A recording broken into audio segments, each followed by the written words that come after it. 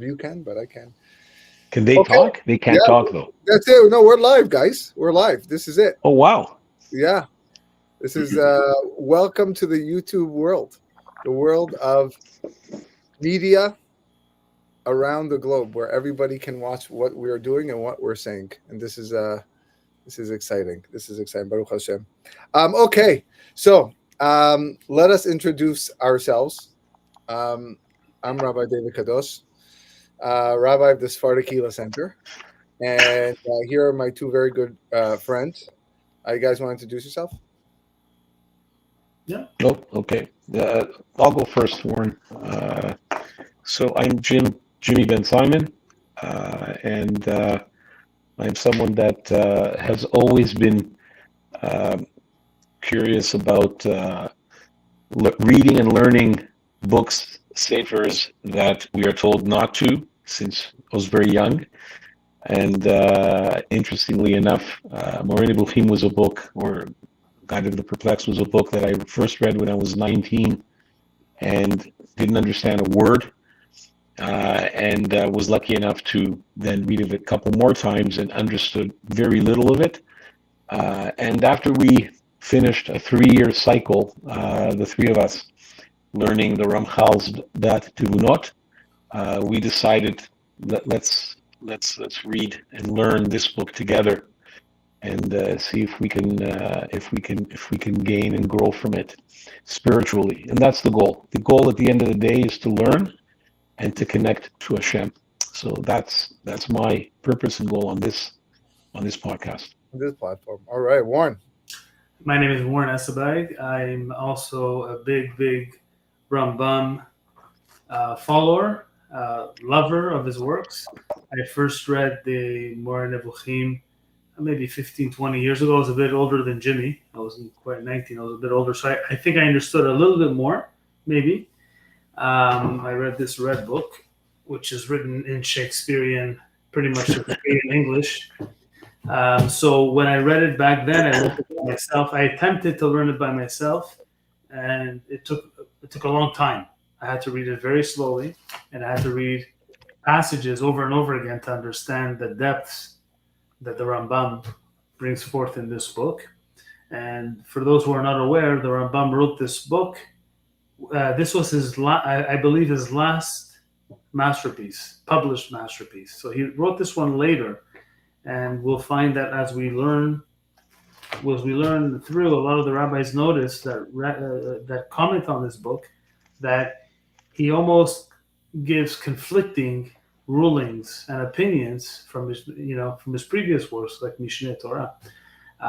Some of them say that maybe it's an error, but I think most of them, the consensus is that as the Rambam grew older and wiser, he was already super wise when he was young, but as he grew older and wiser, he changed his position on certain topics, something that only comes about with age and experience. So this is probably, Mora Nivukhin is probably his greatest, well, I shouldn't say his greatest, Mishneh Torah was huge, but was it like, I'm searching for the word, his last stamp, his last opinion on many subjects. So I'm looking forward to learning it with Rabbi Kadosh and my cousin Jimmy, who I enjoy learning with very much. Okay, well, listen. Let's for those that will be watching on YouTube, wherever you are watching from, we'll let you know that we are currently in Toronto. We all reside in Toronto, Ontario, Canada. We are all members of the same Bet Knesset. We've known each other for pretty much over at least 2 decades, if not now we're into the 3rd decade. Bli Ayin Hara. A lot of us have learned of these two, us three. I have learned way back, but more specifically in the last 3 years, as Jim mentioned, we embarked on a journey of very deep learning, specifically with Da'at Tevunot from the Ramchal, as Jimmy mentioned, and that was eye-opening on so many fronts. In fact, I implore and encourage everyone to really, if they have the time, to have the chance to check out the Da'at Tevunot, because any works really of the Ramchal is tremendous and really insightful and eye-opening. And after we finished, like Warren said, it was like, okay, what's next? What are we going to do? What is the next step in our limud? And we decided to tackle the words of the Rambam. Unlike Jim and Warren, I have never learned this, so this is going to be a total learning experience. And I actually want to say on the record that I think everybody should know that all of us are learning this. This is not a podcast where we are teaching this. We're not doing research in advance.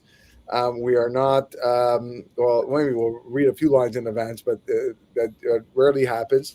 And we're not here to teach More Nebuchim. We're here to learn More Nebuchim, the guide of the Perplexed. And through the learning, we discuss, we delve, we dive, we introspect, and we are able to then articulate our thoughts and expand on what we feel that the Rambam is saying and why it is so meaningful, and why this book specifically stamped his his reputation as one of the greats. Mi Moshe ad Moshe lo haya kemoshe. Of course, the Sefer was written in Arabic, and there hasn't really been a well, maybe I shouldn't say that, but many attempts to translate of this book in Hebrew and English and Spanish fall short. That's the truth, and a lot of academics and educators will say that nothing is the same as the Arabic. And you know what? If we all knew Arabic, at least us three, we'd probably study in the Arabic and learn it from there. But we don't, and therefore, the little research that I did was to ask some people who did learn it, and which version or which translation, which explanation did they feel was very well done, and we decided to follow this. Right, so this is where we're going to be reading from. So this is the Guide of the Perplexed, Volume 1, translated and with an introduction and notes by Shlomo Pinis, introductory essay by Leo Strauss.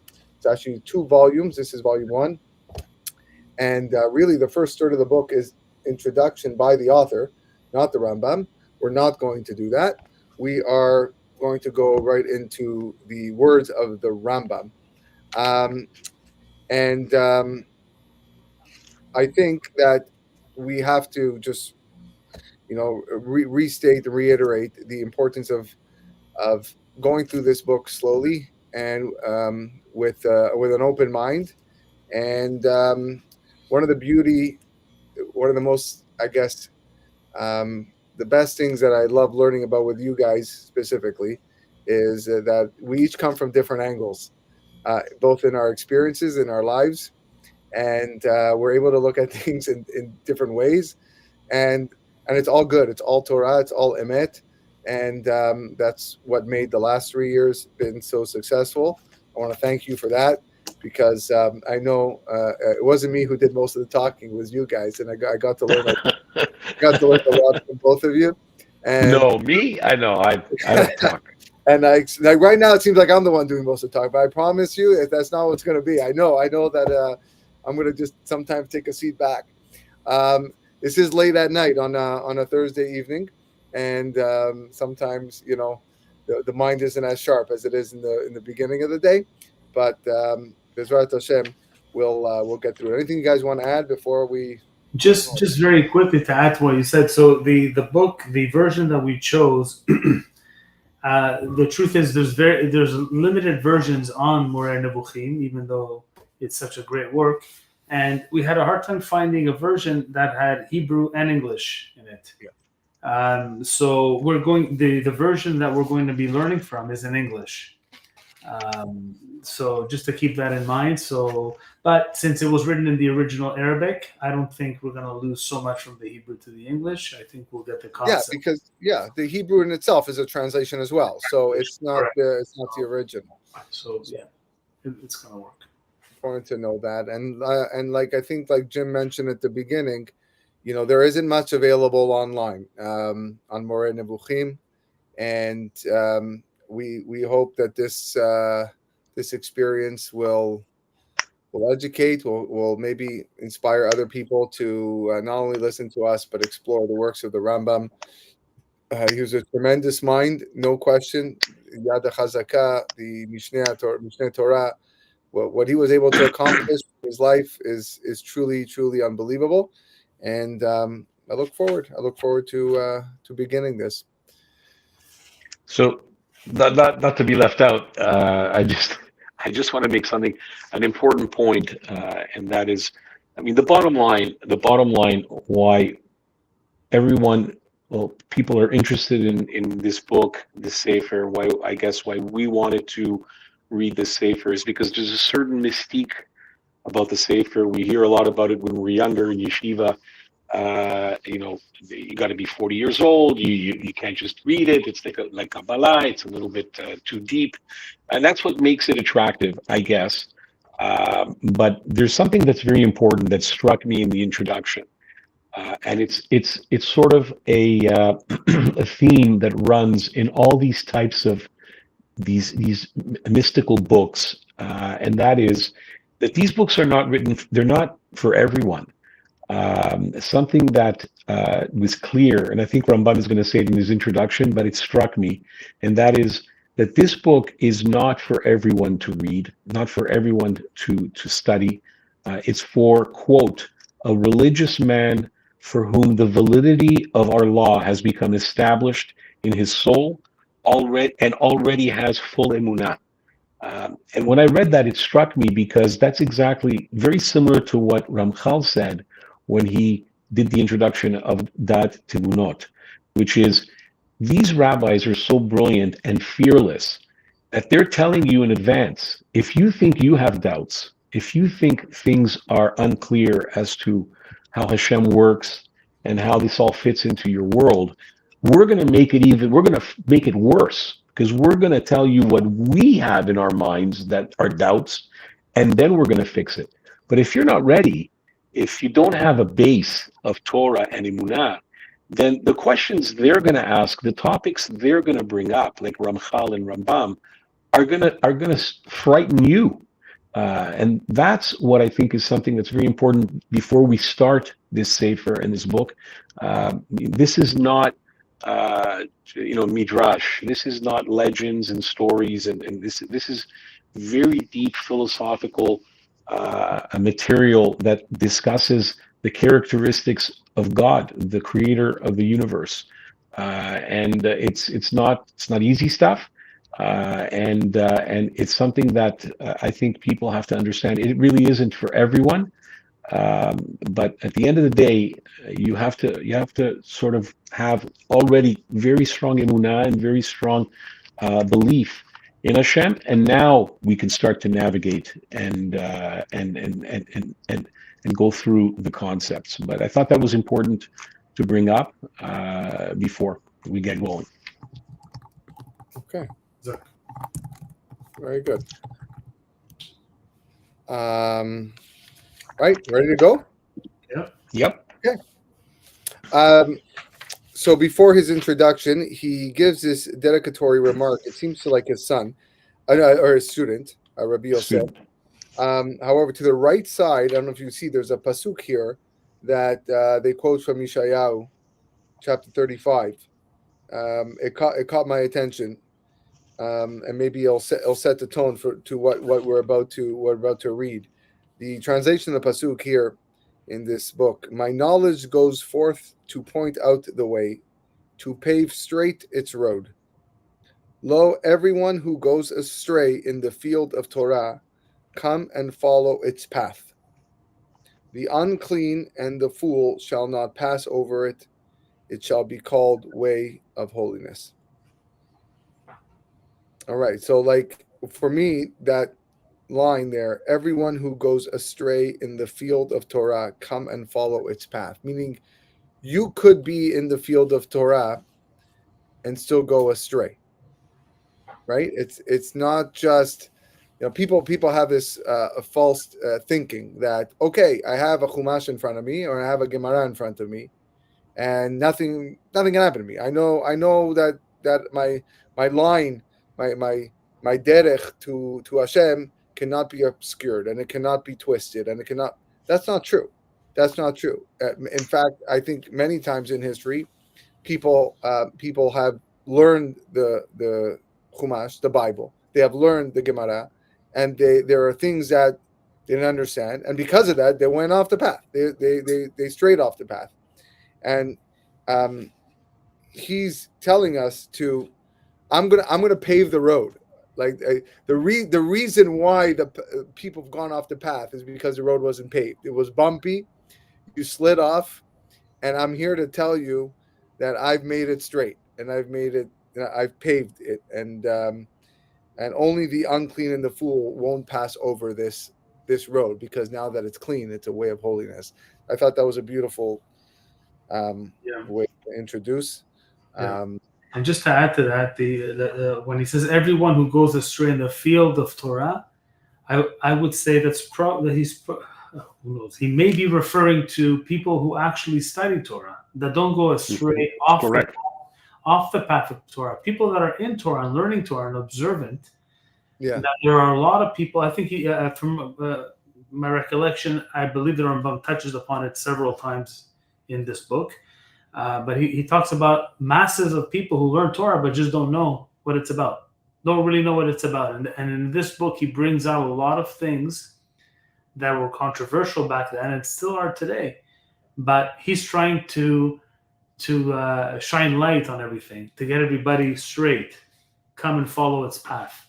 That's why, so that's a very, very fitting pasuk, definitely. But it's an important point to note that many, many people, we're no one to judge, but there are many people that learn Torah that are really off the path within Torah. They're in Torah, but within Torah, they're just off the path.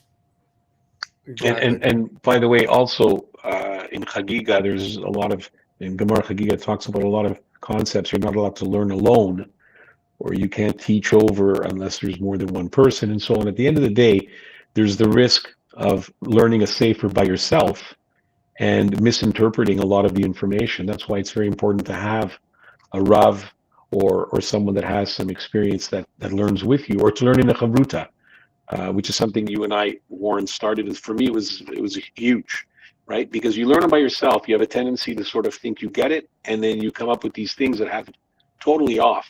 So I think that's also a very important point before we get started on making your own interpretations to the Torah without having proper guidance.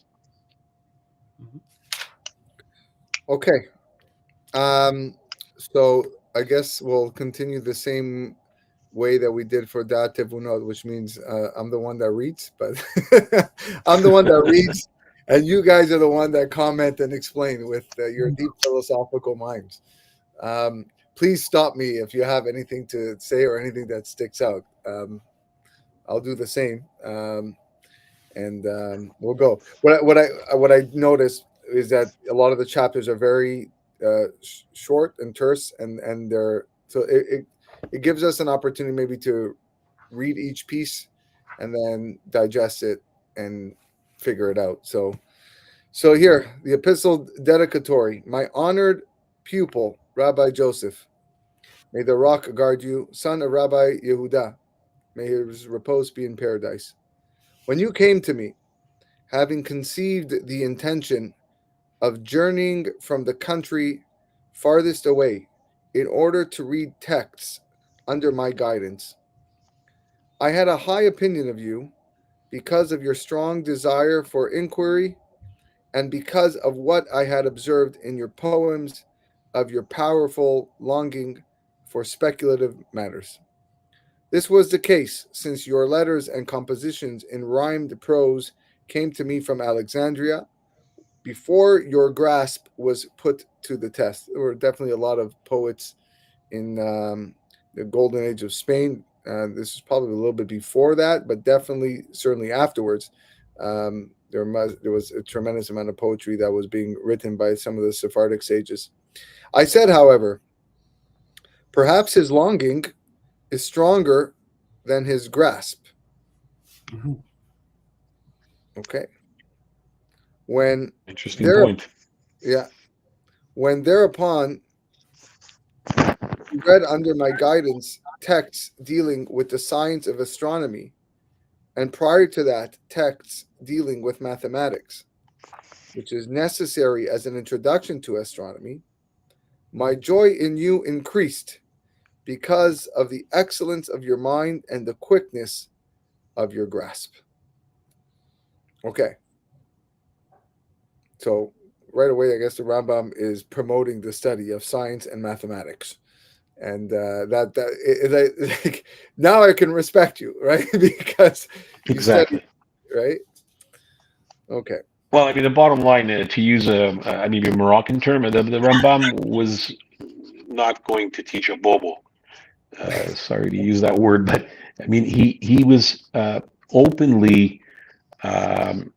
He liked to deal with people that were intellectually strong, and he's not embarrassed to say it. He says it straight up. He's not going to waste his time explaining things to people that are not going to get it.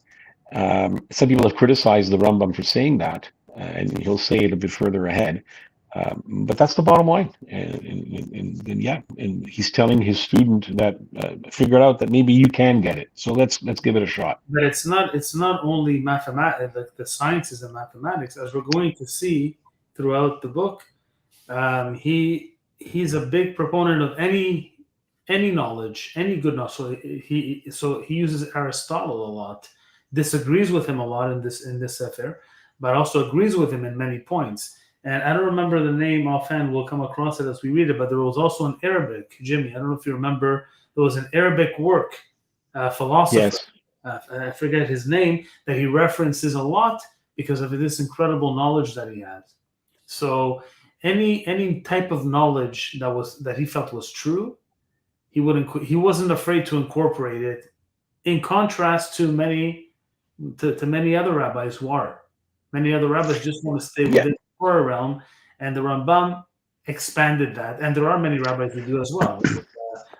Well, you have to be fearless, right? Because traditionally, I remember from when I was younger in my past in religious schools and so on, they didn't want or like you to go outside of the spectrum of what the Chachamim and the Rabbanim were teaching you, and they didn't want you to mix that kind of stuff because they were afraid that it could lead you to heretical thoughts, it could lead you astray. But Rambam was fearless. He was fearless. Again, why was he fearless? Because his strength in his emunah was so strong, and his basis, his foundational knowledge of Hashem was so strong, and of the Torah, that he was fearless and said, "Oh, I can do this, and I can use this to glorify Hashem." That's what the Rambam is doing, which is very novel, and it took everyone by storm. Back in history, he was put in cherem by many, as many knew, but this is all new. This is all a whole new thing. Never happened before. Greek philosophy in mixed with Torah, it's like meat and milk. Yeah, but he did it. Yeah. Okay. I saw that your longing for mathematics was great, and hence I let you train yourself in that science, knowing where you would end. Where thereupon you read under my guidance texts dealing with the art of logic, my hopes fastened upon you, and I saw that you are one worthy to have the secrets of the prophetic books revealed to you, so that you would consider in them that which perfect men ought to consider.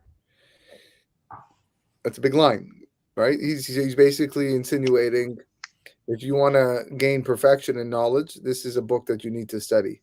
But at the same time, you need to be ready to study it, and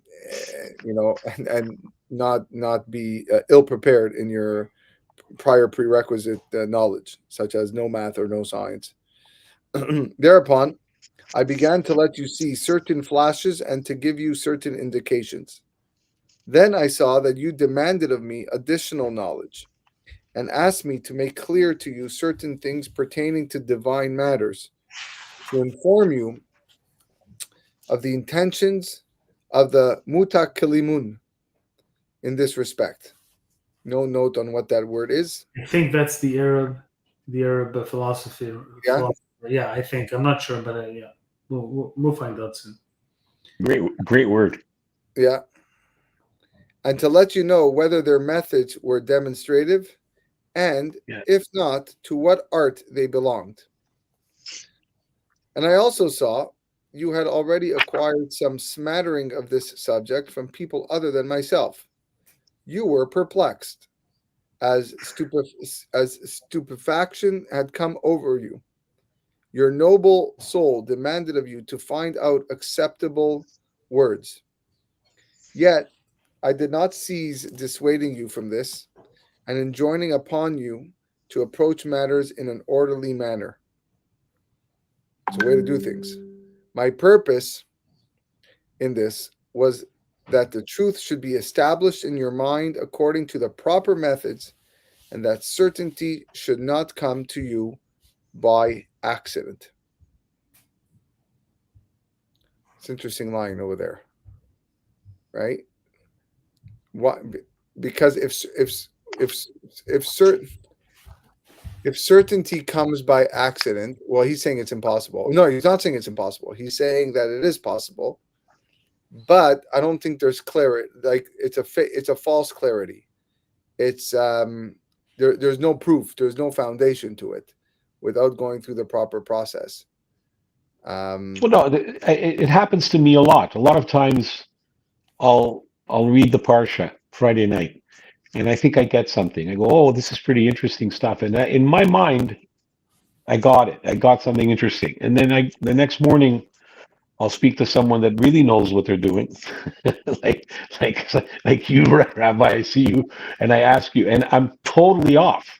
Like I totally got it wrong, and so I think that's what the risk with a lot of young people when they learn alone have a tendency to, they go, oh, I get it, and in their mind it's done, and they move on to another, whereas it may be completely off, and I think that's the point he's trying to make. I've been through this, so I understand what he's saying. I've been through the student that doesn't know what he's got a concept that's just not making sense, but you think it does. Yeah. Whenever during your association with me, a biblical verse or some text of the sages was mentioned in which there was a pointer to some strange notion, I did not refrain from explaining it to you. Then, when God decreed our separation, and you betook yourself elsewhere, these meetings aroused in me a resolution that had slackened. Your absence moved me to compose this treatise, which I have composed for you and for those like you, however few they are. I have set it down in dispersed chapters. All of them that are written down will reach you where you are, one after the other. Be in good health. So one interesting thing he says there is, however few they are. So he wrote this not for the masses. He really wrote this for people who are really, really searching for more. They want more, which is the minority of people. Majority of people are content. So that's interesting. And that's the reality, right? Like 1,000 years later, how many Jews have learned this Sefer? Correct. Right? Yeah. Out of the millions of Jews that have existed in the last 1,000 years, how many have actually opened up this Sefer? How many of you know it exists, let alone open up an attempt to read it? Mm-hmm. Right? So yeah, however few they are, which also teaches me like his greatness, right? Like we live in a world that is so begging for publicity and so begging to be known and get your how many followers and how many people are going to read what I'm going to say. And there's always a little part of us in us that like want to make ourselves well known. And the Rambam is like, I'm writing this and I don't even know how many people are going to read it. And I don't know if he felt that way with the Yad HaChazakah. I doubt it. The Mishneh Torah, I doubt it, because I think that was his purpose of Mishneh Torah was for the masses. For the masses. Yeah. It was for everybody. And like, you can even don't have to learn Gemara. That's like his famous line. This is it, and that's controversial in itself, but he did it. And millions of Jews have learned it, have owned it in their homes. But here he's very much admitting, I'm not looking to make the top 10 videos in in YouTube history. That's not what he's trying to attain. So I think it's important that he put this down there, and we're the lucky ones to get to learn it. Mhm. Okay, I'm looking at the time. I'm conscious of the time. I don't know about you, gentlemen. What do you say? For those watching online, we do have a time limit on how far we learn on Thursday nights. But what do you say? Do we go straight to 10, or we stop here before the introduction?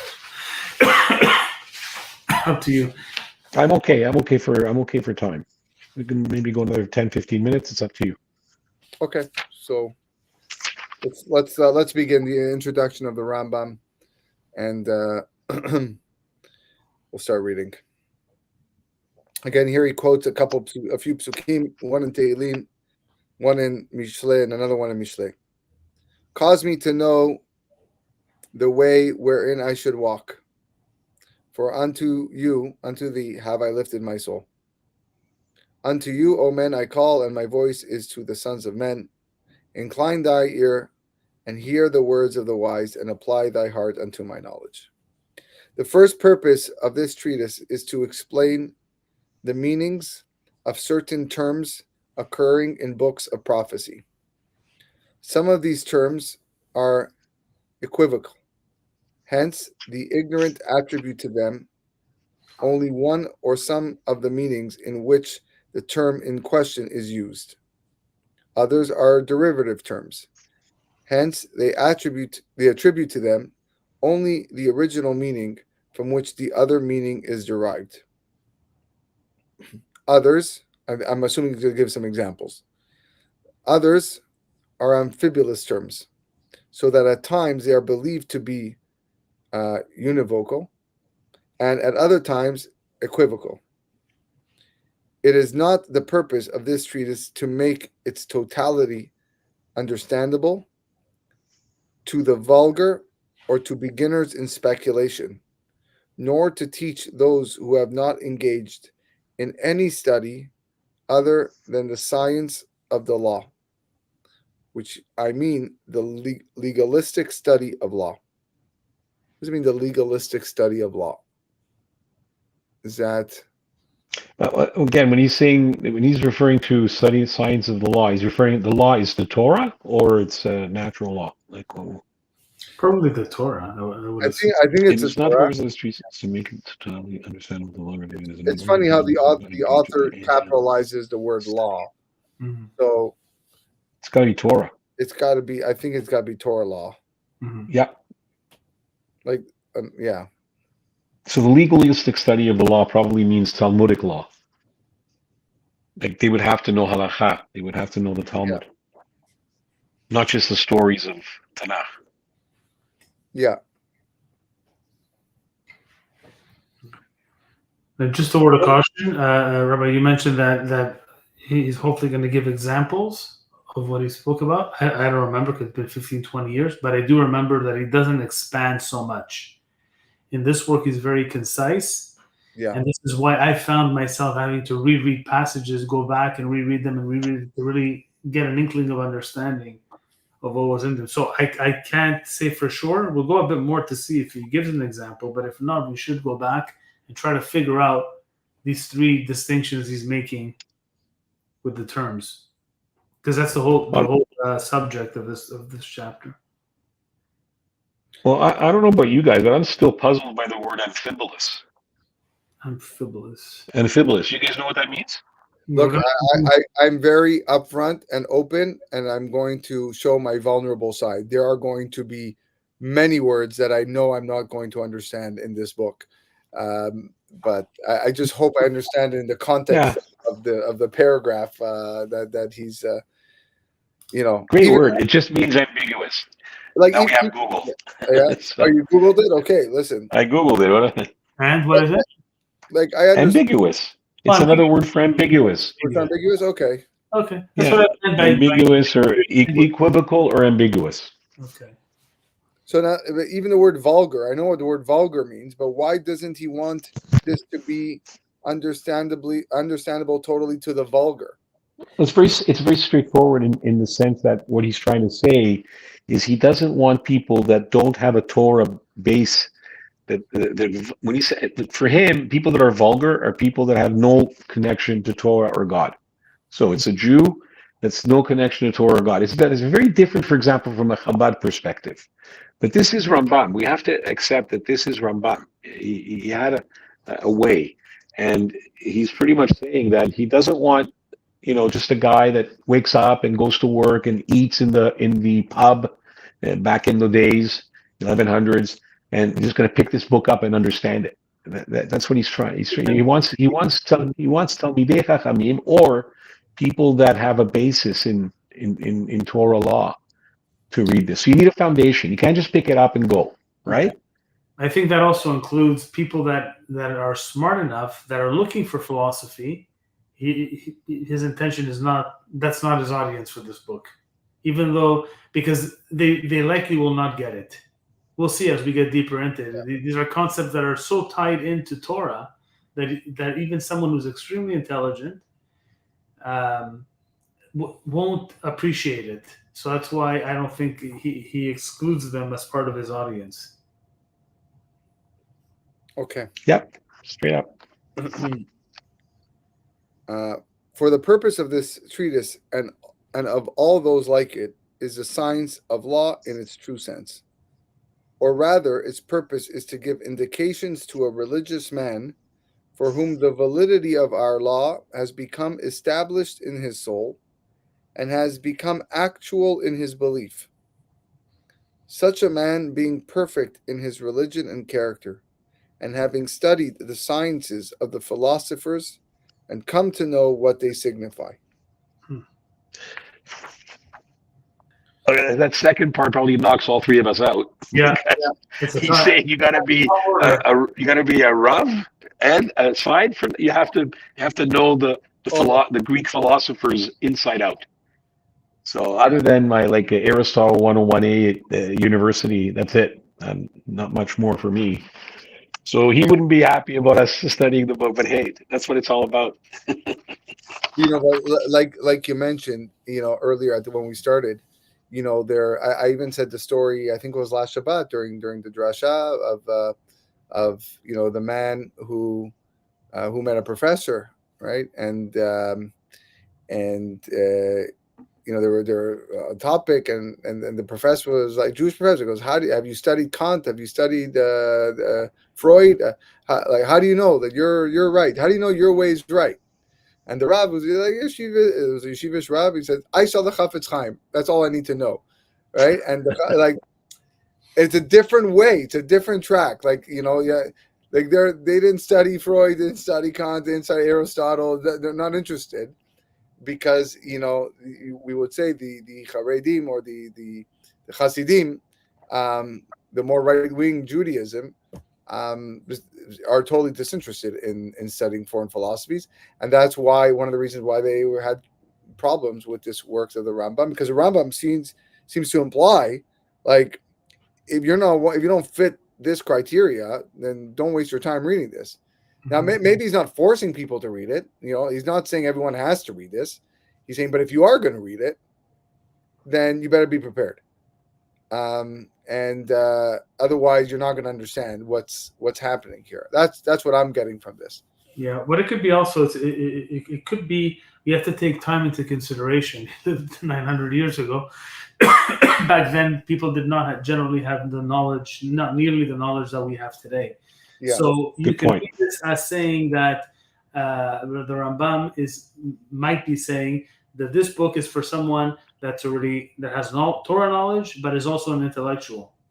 He's not, has worldly knowledge. Worldly knowledge along with the worldly knowledge back then was Aristotle. Correct. It was limited, whereas today it's different, right? So So what happens is it's amazing. It's like this book was written for today.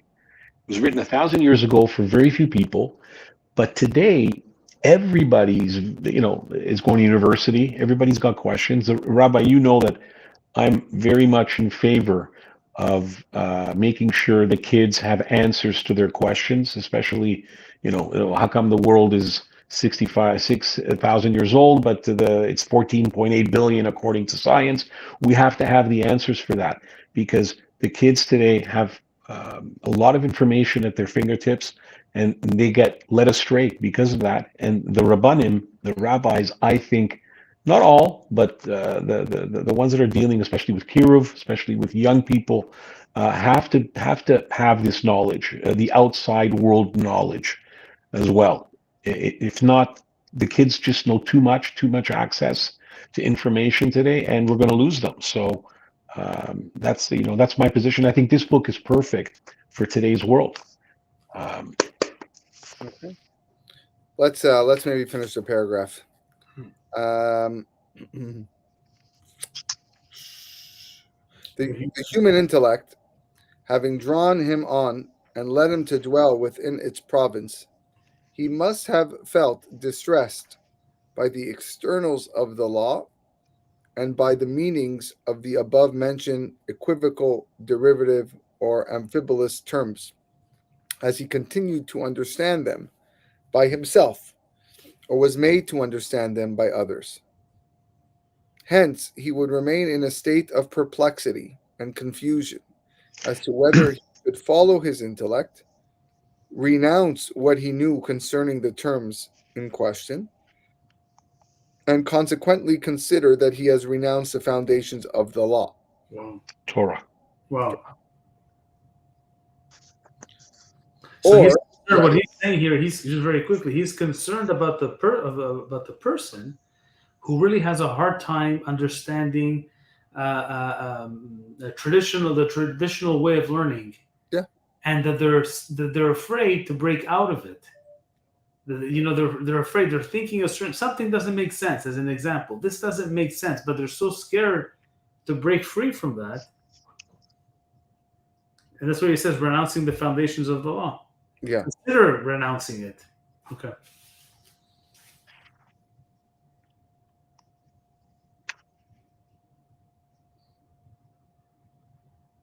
Okay.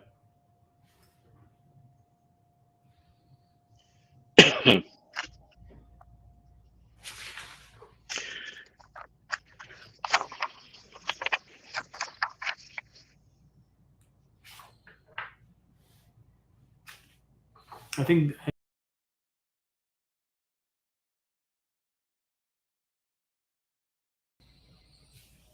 There we go. What happened there? I'm not I don't sure. know. I was waiting for you. I thought you were reading. You were like this. I thought you were reading.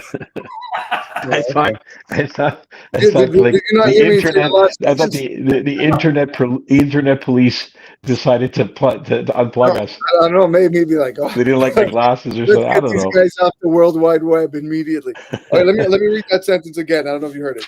Or Yeah. he should hold fast to his understanding of these terms, and not let himself be drawn on together with his intellect, rather turning his back on it and moving away from it, while at the same time perceiving that he had brought loss to himself and harm to his religion.